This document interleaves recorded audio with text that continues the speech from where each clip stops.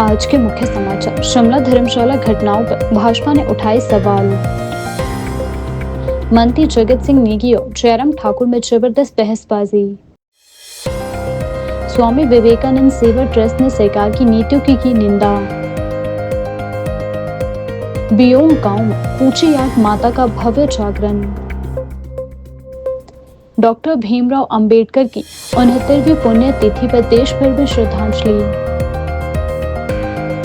विनय कुमार ने डॉक्टर अंबेडकर को किया याद। ऊंची चोटियों पर पारा माइनस में। शिमला में मीडिया से रूबरू हुए कांग्रेस प्रदेश अध्यक्ष विनय कुमार। सांसद संजना जाटव ने की प्रेस कॉन्फ्रेंस। दृष्टिहीन संघ का 8 दिसंबर को सचिवालय घेराव। अब समाचार विस्तार से। भाजपा जिला शिमला के अध्यक्ष केशव चौहान ने राज्य सरकार और उसके कुछ अधिकारियों और कर्मचारियों पर गंभीर आरोप लगाए हैं। केशव चौहान ने कहा कि सरकार के कुछ अधिकारी अपनी जिम्मेदारी और पद की मर्यादा को भूलकर दादागिरी और चमचागिरी पर उतर आए हैं, जिससे आम जनता में रोष बढ़ चुका है। उन्होंने दावा किया कि शिमला में दृष्टिबाधित लोगों द्वारा अपने अधिकारों की मांग को लेकर शांतिपूर्ण प्रदर्शन के दौरान एक महिला अधिकारी ने प्रदर्शनकारियों को चेतावनी देते हुए कहा कि वे मुख्यमंत्री के खिलाफ नारे ना लगाए। केशव चौहान के अनुसार प्रदर्शन स्थल पर मौजूद पुलिस कर्मियों ने दृष्टिबाधित लोगों के साथ धक्का मुक्की भी की। उन्होंने धर्मशाला की घटना का जिक्र करते हुए कहा कि वहां एबीवीपी छात्रों के साथ पुलिस द्वारा बेरहमी से व्यवहार किया गया है, जो चिंता का विषय है। केशव चौहान ने आरोप लगाया कि चमचागिरी और दुर्व्यवहार की हदें पार करते हुए कुछ सरकारी कर्मचारी जनता की आवाज दबाने की कोशिश कर रहे हैं। आज एक प्रशासनिक अधिकारी द्वारा दृष्टिहीन हमारे भाइयों के साथ दुर्व्यवहार और हिमाचल प्रदेश की गुंडा पुलिस द्वारा हमारे दृष्टिहीन भाइयों पर जिस प्रकार लातें बरसाई गई, वो मेरे हिसाब से पूरे प्रदेश की सबसे आज तक की दुखद घटना है। मैं सरकार को और पुलिस को यह चेताना चाहता हूं कि आपकी जो ये कार्रवाई आज हमारे दृष्टिहीन भाइयों पर हुई है, उससे पूरे प्रदेश में रोष की लहर है। और मैं सरकार को बताना चाहता हूं कि इन अधिकारियों को और इन कर्मचारियों को जिन्होंने इस प्रकार का दुर्व्यवहार हमारे भाइयों के साथ किया है, उनके खिलाफ कड़ी से कड़ी कार्रवाई की जाए। और जिन पुलिस अधिकारियों ने और पुलिस कर्मचारियों ने इन दृष्टिहीन आंदोलनकारियों पर, हमारे भाइयों पर लातें बरसाई है, उन्हें तत्काल प्रभाव से निलंबित किया जाए, वरना इसके बहुत बुरे परिणाम भुगतने पड़ेंगे। भारतीय जनता पार्टी जिला शिमला इसका कड़ा विरोध करती है, इसकी कड़ी निंदा करती है। सरकार हर क्षेत्र में विफल साबित हो रही है। अगर हम बात करें प्रशासन की, हम बात करें यहां की कानून व्यवस्था की, पूरी तरह चरमरा गई है। सरकार अपनी मस्ती में मस्त है और यहां पर इनके जो अधिकारी है और पुलिस कर्मचारी है, वो गुंडागर्दी पर उतर आए हैं। इस प्रकार किसी दृष्टिहीन को लातों से मारना इंसानियत के खिलाफ तो है ही। मुझे शर्म आ रही है कि हम ऐसे प्रदेश में रहते हैं कि जहां पर पुलिस इस प्रकार की गुंडागर्दी कर रही है और दृष्टिबाधितों पर, दृष्टिहीनों पर आप इस प्रकार से लाते घूसे बरसा रहे हैं। मुख्यमंत्री जी से मैं कहना चाहता हूं कि आप इस पे तुरंत संज्ञान ले, वरना इसके बहुत बुरे अंजाम आपको भुगतने पड़ेंगे। सिरमौर जिले के रेणुकाचक विधानसभा क्षेत्र के अंतर्गत आने वाले बियोग गांव में आज कूची आठ माता के जागरण का भव्य आयोजन किया गया। इस धार्मिक कार्यक्रम में आसपास के गांवों और क्षेत्रों से हजारों श्रद्धालु पहुंचे और माता का आशीर्वाद प्राप्त किया गया। जागरण के दौरान बजनंत्रियों द्वारा वाद्य यंत्रों की मधुर ध्वनि ने पूरे माहौल को भक्तिमय बना दिया। इस अवसर पर गाँव के निवासी बलदेव शास्त्री ने जानकारी देते हुए बताया कि बियोग गाँव में कूची आठ माता का यह जागरण हर 3 वर्ष में आयोजित किया जाता है। उन्होंने कहा कि इस आयोजन का मुख्य उद्देश्य माता रानी से क्षेत्र की सुख समृद्धि की कामना करना और लोगों को दुख कष्टों से दूर रखना है। शास्त्री ने बताया कि जागरण के दौरान गांव में आए मेहमानों के लिए पारंपरिक व्यंजनों की व्यवस्था की जाती है। साथ ही स्थानीय लोग पूरी रात नाच गान कर उत्सव का आनंद लेते हैं। कूची आठ माता का यह पारंपरिक जागरण बियोग गाँव की सांस्कृतिक और धार्मिक धरोहर का महत्वपूर्ण हिस्सा माना जाता है, जिसे स्थानीय लोग पूरे उत्साह और श्रद्धा के साथ निभाते आ रहे हैं।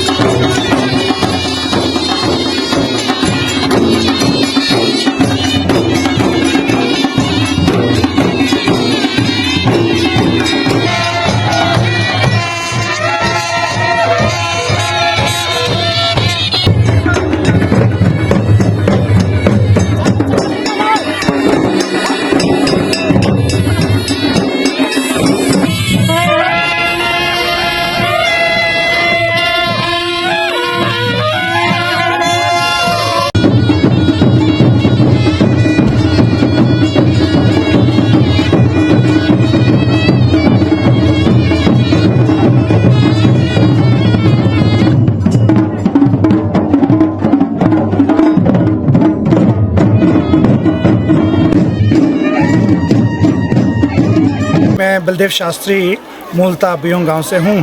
आज माँ भागवती, माँ गुड़ियाली का आज हमारे गांव में जागरण है और क्षेत्र की खुशहाली के लिए ये बहुत ही प्राचीन देवी है जो भोला खाला से आई है।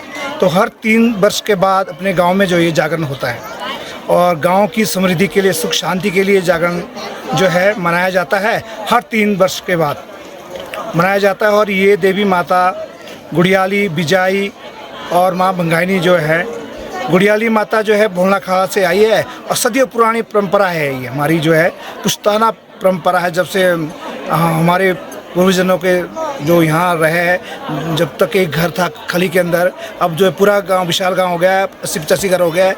हर 3 वर्ष बाद गांव की समृद्धि के लिए, खुशहाली के लिए, सुख शांति के लिए, स्वास्थ्य की कामना के लिए, धन की वृद्धि के लिए और नौकरी के लिए जो ये संपन्न गांव रहे, किसी प्रकार का दुख व्याधि वगैरह ना हो, इसके लिए जो है पूरे गांव में ये जागरण मनाया जाता है। आज पूरे गांव में भोजन बनेगा शाम को। हमारे प्राचीन जो डिश है छुईछा और पटांडे, और सभी घर में जो है अतिथि देवो आएंगे जो देवी के साथ आए हैं और पूरे गांव में, अपने गांव में जो है ये जागरण जो है अपना रहता है बियोंग गांव में। और सुख शांति और समृद्धि के लिए गांव की जो है सुख शांति बनी रहे और सर्व संतु सुखी सर्व निरायम, सभी जो है सुखी रहे, निरोग रहे और सब सुख शांति रहे, इसके लिए जो है ये माता का जागरण जो है मनाया जाता है। आज देश भर में संविधान निर्माता, महान सामाजिक सुधारक और भारत के महान विचारक डॉक्टर भीमराव अंबेडकर की 69वीं पुण्यतिथि पर श्रद्धांजलि कार्यक्रम आयोजित किए गए।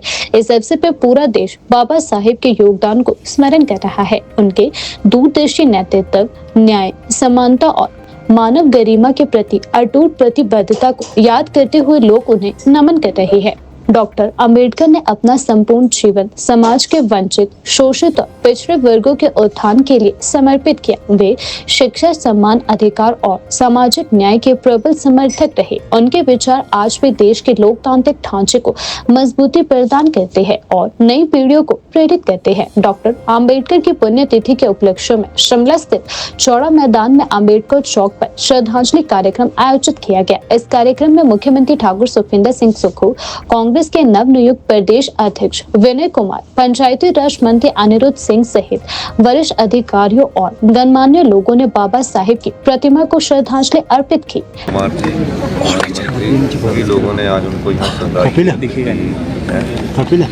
बाबा भीमराव अम्बेडकर जी संविधान निर्माता थे और जिस समय देश में जाति प्रथा चरम सीमा पर थी, उस समय उन्होंने एक ऐसे संविधान का निर्माण किया जहाँ धर्मनिरपेक्ष और सभी जातियों का सम्मान के लिए इस संविधान का निर्माण किया गया। अभी जब मैं अपनी बेटी के एडमिशन में लंदन स्कूल ऑफ इकोनॉमिक्स में गया था, उस समय भी बाबा साहब की वहाँ तस्वीर देखने को मिली। उन महान विभूतियों में उनका नाम लंदन की उस गैलरी में मुझे देखने को मिला और मैं वहाँ व्यक्तिगत तौर से भी गया। बाबा जी के बताए हुए रास्ते पर हम लोगों को चलना है, उस संविधान की रक्षा करनी है और जिस संविधान ने यहाँ लोकतंत्र की स्थापना की वो हमारे सबके प्रेरणा स्रोत थी। संविधान के साथ के संवैधानिक संस्थाओं के साथ भी छेड़छाड़ की जा रही है। राहुल गांधी जी ने हमेशा लोकतंत्र की आवाज़ उठाई है, संविधान को बचाने की बात उठाई है। ये वो संविधान है जिसमें सभी पार्टियों के नेताओं को जब भी लोकतंत्र में वोट के माध्यम से चुनने का मौका मिला, इस संविधान ने उसकी रक्षा की है। आज संवैधानिक संस्थाओं पर जो कुठाराघात हो रहा है, उस मामले में राहुल गांधी जी आज संविधान को बचाने के लिए, संविधान की रक्षा के लिए लड़ाई लड़ रहे हैं। हिमाचल प्रदेश की ऊंची चोटियों पर ताजा बर्फबारी के बाद शनिवार सुबह शिमला में हल्के बादल छाए रहे। हालांकि मैदानी और कम ऊंचाई वाले क्षेत्रों में सुबह और देर रात घने कोहरे के लिए मौसम विभाग ने येलो अलर्ट भी जारी कर दिया है। राज्य में तापमान लगातार गिर रहा है और 15 स्थानों पर न्यूनतम तापमान 5 डिग्री सेल्सियस से कम दर्ज किया गया है, जबकि 3 स्थानों पर पारा माइनस में पहुंच चुका है। लाहौल में ठंड का असर इतना बढ़ गया है कि सब धारा के पास फटी पाइपलाइन से घिरा पानी पेड़ पर जम गया, जिससे क्षेत्र में ठिठुरन और बढ़ गई है। मौसम विभाग केंद्र शिमला के अनुसार अगले 24 घंटों में न्यूनतम तापमान में कोई बड़ा बदलाव नहीं होगा, लेकिन इसके बाद अगले 3 से 4 दिनों में तापमान 2-3 डिग्री सेल्सियस तक गिर सकता है। अधिकतम तापमान में इस दौरान कोई खास परिवर्तन नहीं होगा। 7 दिसंबर को चंबा, कांगड़ा, कुल्लू सहित ऊंचे पर्वतीय क्षेत्रों में कुछ स्थानों पर हल्की बारिश या बर्फबारी हो सकती है। यह बदलाव सक्रिय पश्चिमी विक्षोभ के कारण संभावित बताया जा रहा है। बाकी दिनों में मौसम शुष्क रहने की उम्मीद है। शुक्रवार देर शाम बारालाचा दर्रा, तंगलंगला और शंकुल दर्रा की चोटियों पर हल्की बर्फबारी हुई, जिससे घाटियों में ठंड और बढ़ गई। हालांकि मनाली लेह मार्ग पर वाहनों की आवाजाही सामान्य है। प्रदेश में बर्फबारी का पर्यटन उद्योग को बेसब्री से इंतजार है। वहीं किसान और बागवान भी बारिश की आस लगाए बैठे हुए हैं। कम नमी के कारण कई क्षेत्रों में किसान गेहूं और मटर की बुआई नहीं कर पा रहे हैं। प्रदेश में फिलहाल मौसम साफ है, लेकिन बढ़ती ठंड लोगों की दिनचर्या पर असर डाल रही है। डॉक्टर भीमराव अंबेडकर की पुण्यतिथि के अवसर पर आज शिमला के चौड़ा मैदान स्थित अंबेडकर चौक में श्रद्धांजलि कार्यक्रम का आयोजन किया गया। इस मौके पर मुख्यमंत्री ठाकुर सुखविंदर सिंह सुक्खू, कांग्रेस के नवनियुक्त प्रदेश अध्यक्ष विनय कुमार और पंचायती राज मंत्री अनिरुद्ध सिंह ने बाबा साहेब की प्रतिमा पर पुष्पांजलि अर्पित कर उन्हें श्रद्धा सुमन अर्पित किया। वहीं प्रदेश कांग्रेस अध्यक्ष विनय कुमार ने इस अवसर पर कहा कि डॉक्टर भीमराव अंबेडकर ने देश का संविधान तैयार किया और आज इसे सुरक्षित रखना हर नागरिक की सामूहिक जिम्मेदारी है। उन्होंने संविधान के मूल्य, समानता, न्याय और स्वतंत्रता को बनाए रखने और सामाजिक एकता को मजबूत करने का आह्वान किया। और हर वर्ष की भांति ये यहाँ इस चौड़ा मैदान में प्रोग्राम होते हैं और माननीय मुख्यमंत्री जी हमेशा इस प्रोग्राम में आते हैं। डॉक्टर अंबेडकर जी ने संविधान हिंदुस्तान का लिखा और उसमें जो प्रोविज़न उन्होंने किए, जो रिजर्वेशन का प्रोविज़न उन्होंने किए, वो इसको देखते हुए किया क्योंकि उन्होंने खुद अपने आप में इस पीड़ा को झेला है और उन्होंने इस पीड़ा को झेलते हुए कई चीज़ें देखी। उन्होंने शिक्षा पे बल दिया है, उन्होंने संगठन पे बल दिया है कि संगठित रहने चाहिए सभी लोग, और जो हिंदुस्तान का हमारा ये उन्होंने लिखा है, कॉन्स्टिट्यूशन लिखा है, उसको हमें अब बचाना है और ये हम सभी लोगों का कर्तव्य बनता है कि कॉन्स्टिट्यूशन से कोई ना छेड़खानी करे, क्योंकि जो कॉन्स्टिट्यूशन बनाने में डॉक्टर अंबेडकर जी ने कई साल लगाए, कई वर्ष लगाया, जिसमें इनकी जो टीम थी वो इनका सहयोग कर रही थी और इनके जो विचार है, जो इतने सालों से अभी भी हिंदुस्तान में कॉन्स्टिट्यूशन को लागू किया गया और उसको मान्यता है। तो मैं ये समझता हूँ कि हम लोगों को उन्होंने एक अधिकार दिया आगे बढ़ने का, आगे आने का। आज मुझे गर्व है इस बात का कि कांग्रेस पार्टी, स्पेशली राहुल गांधी जी का मैं धन्यवाद करता हूँ क्योंकि उन्होंने रिकॉग्नाइज़ किया इस बात को कि दलित समुदाय से भी टॉप पोस्ट में लोग होने चाहिए। तो मुझे अभी हाल ही में नियुक्त किया गया हिमाचल प्रदेश कांग्रेस कमेटी का अध्यक्ष, तो इसी को देखते हुए किया गया क्योंकि वो चाहते हैं, वो जो अम्बेडकर जी की नीतियाँ हैं, जो वो समझते थे कि डिप्राइव्ड फील करते हैं एससी के लोग, तो उन्होंने ये तोहफा हिमाचल प्रदेश को दिया है। मैं उनका धन्यवाद करता हूँ और आज के दिन डॉक्टर भीमराव अंबेडकर जी को याद करते हैं। जय भीम। हिमाचल प्रदेश विधानसभा में मंत्री जगत सिंह नेगी और नेता प्रतिपक्ष जयराम ठाकुर के बीच तीखी बहस देखने को मिली। मंत्री नेगी ने जयराम ठाकुर के खिलाफ प्रिविलेज मोशन लाते हुए आरोप लगाया कि नियम 130 के तहत चल रही आपदा चर्चा के दौरान बिना अनुमति हस्तक्षेप करते हुए जयराम ठाकुर ने उन्हें नॉनसेंस कहा, जो अपमानजनक है और उनके विशेषाधिकार का हनन है। नेगी ने कहा कि सदन में राहत कार्यों और भाजपा कार्यकर्ताओं द्वारा तिरंगे के कथित अपमान से जुड़े मुद्दों पर तथ्य रखे जा रहे थे, लेकिन नेता प्रतिपक्ष लगातार व्यक्तिगत टिप्पणियां कर रहे थे। उन्होंने कहा, मैंने कभी अपमानजनक भाषा का इस्तेमाल नहीं किया है, लेकिन विपक्ष तथ्य सुनते ही असहज हो जाता है। मंत्री ने तीखे शब्दों में कहा कि अगर सच कहना बदतमीजी है तो मैं हमेशा बदतमीजी करूंगा। नेगी ने मांग की कि नेता प्रतिपक्ष के खिलाफ कार्यवाही की जाए और सदन में नियमों का पालन सुनिश्चित किया जाए। नहीं है, कोई मतभेद नहीं है। मैं जो है अपने आदर्शों पे चलता हूं और अगर सच कहना अगर बदतमीजी है तो ये बदतमीजी मैं हमेशा करूंगा। अगर मैं अपने कांग्रेस की विचारधारा को अगर प्रखर रूप से कहता हूं और बीजेपी की विचारधारा को मैं अगर कटाक्ष करता हूं, अगर ये कहना बदतमीजी है तो हमेशा करता रहूंगा। तो जो प्रिविलेज है विधायकों का, एक सबसे बड़ा जो है एक ये कहिए कि संविधान से एक जो हमें प्रावधान हुआ है वो हमारा प्रिविलेज है। सदन के अंदर हमें जो है अपनी बात कहने को पूरा स्वतंत्रता है, और जो हम सदन के अंदर जो बात कहेंगे वो किसी भी कोर्ट में चैलेंजेबल भी नहीं है। परंतु आप देख रहे होंगे पिछले 3 दिन से लगातार हम जो है नियम 130 आपदा को लेकर चर्चा हो रही थी। उस चर्चा के बाद जो है 19 माननीय सदस्यों ने उसमें भाग लिया और जवाब देना जो है राजस्व विभाग जो मेरे अधीन है, बतौर मंत्री मुझे जवाब देना था और मैं जवाब दे रहा था। जब मैं इसका जवाब दे रहा था, इसी बीच में नेता प्रतिपक्ष जो है सदन के अंदर जो है स्टॉर्म करके आ गए और खड़े खड़े बिना परमिशन लिए जो है आसीन से वो अपना जो है वहां पर मेरे खिलाफ जो है बोलना शुरू कर दिया। और यहाँ तक कि इतने उत्तेजित होकर, आक्रोश होकर, जो है आक्रामक होकर मुझे कहा कि नॉनसेंस। अब बताइए ये कि मैं जो वहाँ अपना जो है रिप्लाई दे रहा था, किस किस्म का नॉनसेंस हो गया। और नॉनसेंस का मतलब ये जो समझते होंगे, किसी को अपमानित करना हो तो इस किस्म के शब्द कहा जाता है। तो मेरा जो एक प्रिविलेज है, जो मेरा विशेष अधिकार है, उसका हनन हुआ है। और आज मैंने जो है नेता प्रतिपक्ष के खिलाफ जो है विशेष अधिकार हनन का मामला जो है अध्यक्ष महोदय को मैंने लिखित में दिया है और मैंने इनसे मांग की है कि इसके ऊपर नियमों के तहत जो है नेता प्रतिपक्ष के खिलाफ जो है प्रिविलेज का जो मेरे खिलाफ इन्होंने जो है इस किस्म की जो है शब्दों का प्रयोग करके मुझे अपमानित किया है, उसका जो है कार्रवाई किया जाए। कोई शब्द कार्रवाई से हटे क्या? हमारा प्रिविलेज क्या जो हमारे खिलाफ जो बात रखी गई है क्या वो खत्म थोड़ी हो जाएगा? तो जो मेरे विशेषाधिकार का हनन हुआ है वो तो वो रहता ही है। तो मैंने इसको नियमों के तहत ही जो इनकी शिकायत की है और नेता प्रतिपक्ष को नियमों के अंदर रह के ही विधानसभा के अंदर अपनी बात कहने का जो है उनको अधिकार है।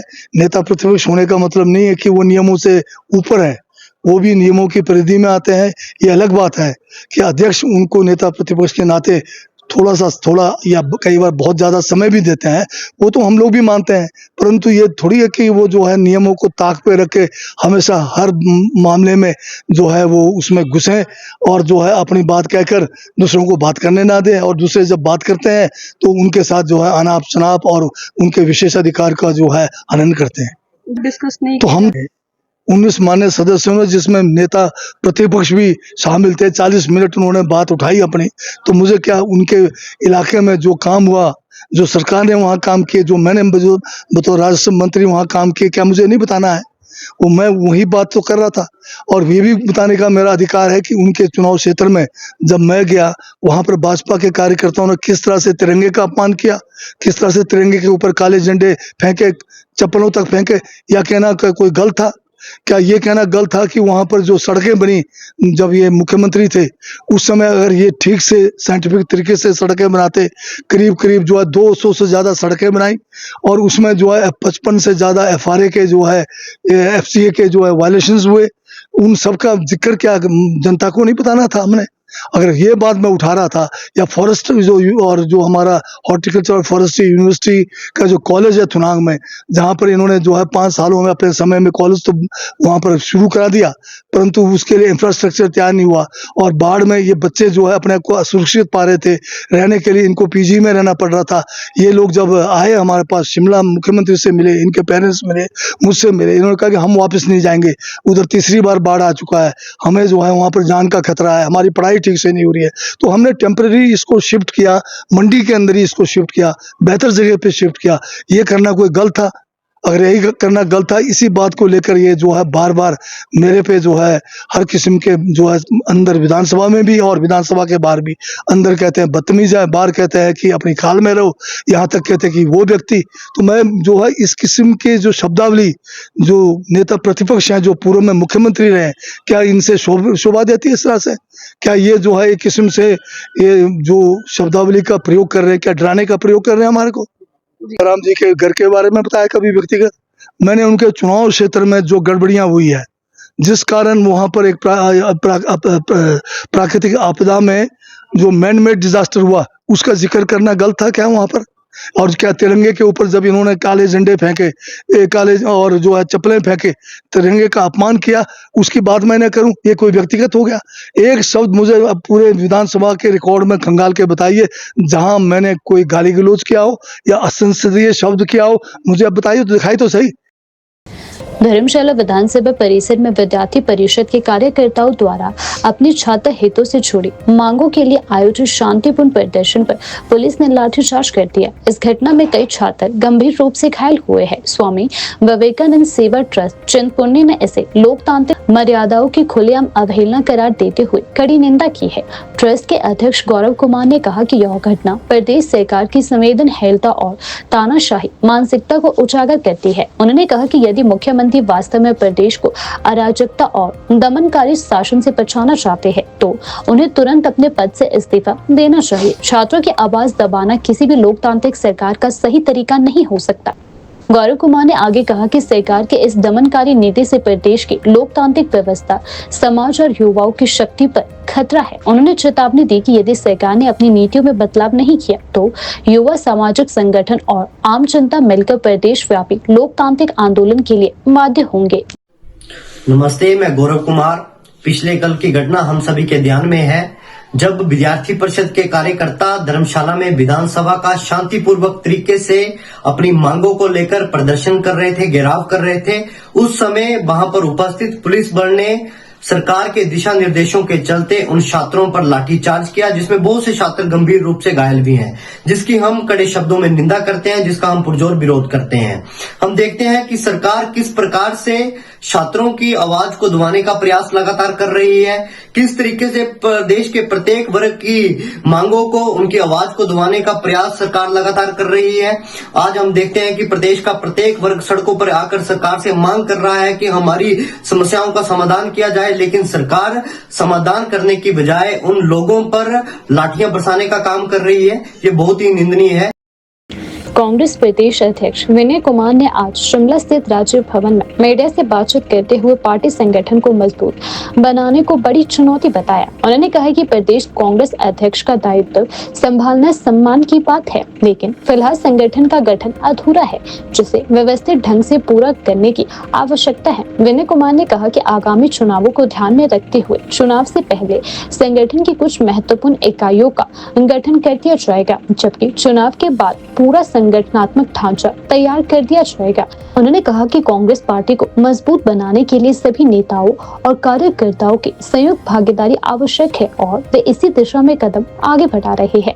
राजीव भवन में पत्रकारों के साथ बातचीत के दौरान उन्होंने भरोसा जताया कि कांग्रेस कार्यकर्ता पूरी एकजुटता के साथ आने वाले चुनावों में पार्टी की स्थिति को और अधिक मजबूत करेंगे। देखिए, अभी हमने पहले ब्लॉक्स का गठन किया, जो हमारे कॉन्स्टिट्यूंसी वाइज ब्लॉक्स हैं उनका गठन पहले होगा। उसके बाद साथ ही में हम जिला अध्यक्ष भी लगा रहे हैं और संगठन सृजन का कार्यक्रम पूरे हिमाचल में चला हुआ है और 8 तारीख को कार्यक्रम खत्म हो जाएगा। उसके बाद उन्होंने अपनी रिपोर्ट हाई कमांड को पेश करनी है और उसके बाद हमारे जो ब्लॉक जो डिस्ट्रिक्ट प्रेसिडेंट्स लग जाएंगे।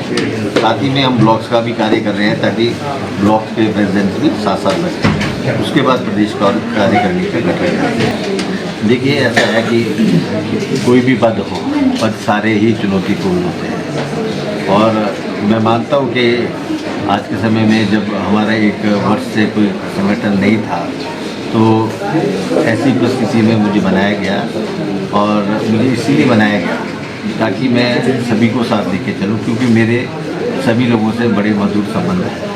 कांग्रेस पार्टी बहुत दूर तक सोचती है, तो दूर तक कांग्रेस पार्टी ने सोचा है और बड़े सोच समझ के बनाया है, इसीलिए इतना समय लगा। तो जो विरोध की बात आपने की है, हम पूरा प्रयास करेंगे कि कांग्रेस में एक समानता लाए और सभी लोगों को एक प्लेटफॉर्म पे चलाएं। कांग्रेस ही हमारा उद्देश्य होगा और हम सब राहुल गांधी जी की टीम में काम करेंगे। देखिए, आपदा में कांग्रेस पार्टी ने बहुत कार्य किया है। आपदा में कांग्रेस पार्टी ने अपने संसाधनों से कार्य किया है। और उसको देखते हुए हमने मंडी ज़िले को इसलिए चुना क्योंकि सबसे ज़्यादा आपदा मंडी ज़िले में है, ताकि वहाँ के लोगों को हम ये बता सकें कि हमारी सरकार ने आपके लिए कितने कार्य किए, क्या क्या कार्य किए, किस किस जगह किए। तो हम सभी लोग ये प्रयास कर रहे हैं कि संगठन बेशक नहीं है, पर लोग कांग्रेस के अभी भी लोगों के साथ। जहाँ तक अब भाजपा की रैली की बात कर रहे हैं, ये ज़रूर है कि 4-5 हज़ार की जनसंख्या उन्होंने जुटाई और आपने देखा होगा स्टेज पे आपको देखने को मिला होगा कि विभाजन पे थे सारे और अपना अपना शक्ति प्रदर्शन कर रहे थे। तो शक्ति प्रदर्शन करने के होड़ में सभी लोग ये चाह रहे थे कि ज़्यादा से ज़्यादा भीड़ जुटाई जाए। और चलो जितनी उनकी कुर्सियों का वो था, तो हमने देखा कि 4-5 हज़ार कुर्सियाँ थी लगी, तो उतनी भीड़ वो जुटा पाए हैं। उससे कोई ये अंकित नहीं होता है कि वो कोई हमारे से ज़्यादा बल रखते हैं। हम 11 तारीख की जो रैली है उसको बहुत बड़े लेवल पे करने जा रहे हैं, जिसमें 20-25 हज़ार आदमी को हम बुलाएंगे। क्या उस पर अभी ऐसी कोई चर्चा नहीं है, फिलहाल अध्यक्ष ही काम करेगा और हम अपनी टीम बहुत ही जल्दी 3 महीने के अंदर हम अपनी पूरा कार्यकारिणी, पूरा स्टेट की कार्यकारिणी बना देंगे। उसके बाद हम आगे कार्य करेंगे और साथ ही में पंचायत चुनाव भी चल रहे हैं, पंचायत चुनाव भी आएंगे, उसमें से भी हम कुछ फेस रखेंगे जो पंचायत चुनाव से हमारे निकल के लोग आएंगे, जिसमें महिलाएं भी होंगी, युवा भी होंगे। उन लोगों को भी हम प्राथमिकता देंगे अपनी कार्यकारिणी में। जो प्रधान होंगे, बीडीसी मेंबर होंगे, जिला परिषद होंगे, उनको भी हम अपना हिस्सा देंगे।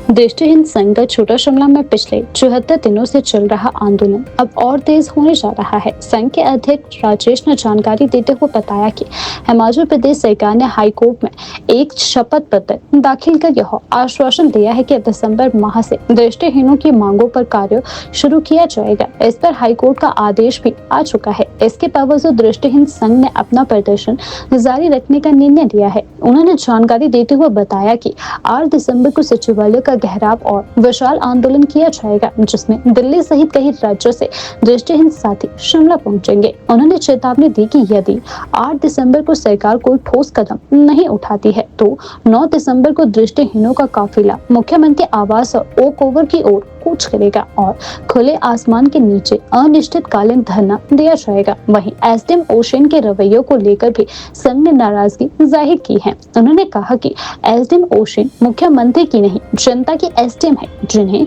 जनता के प्रति संवेदनशील होना होगा।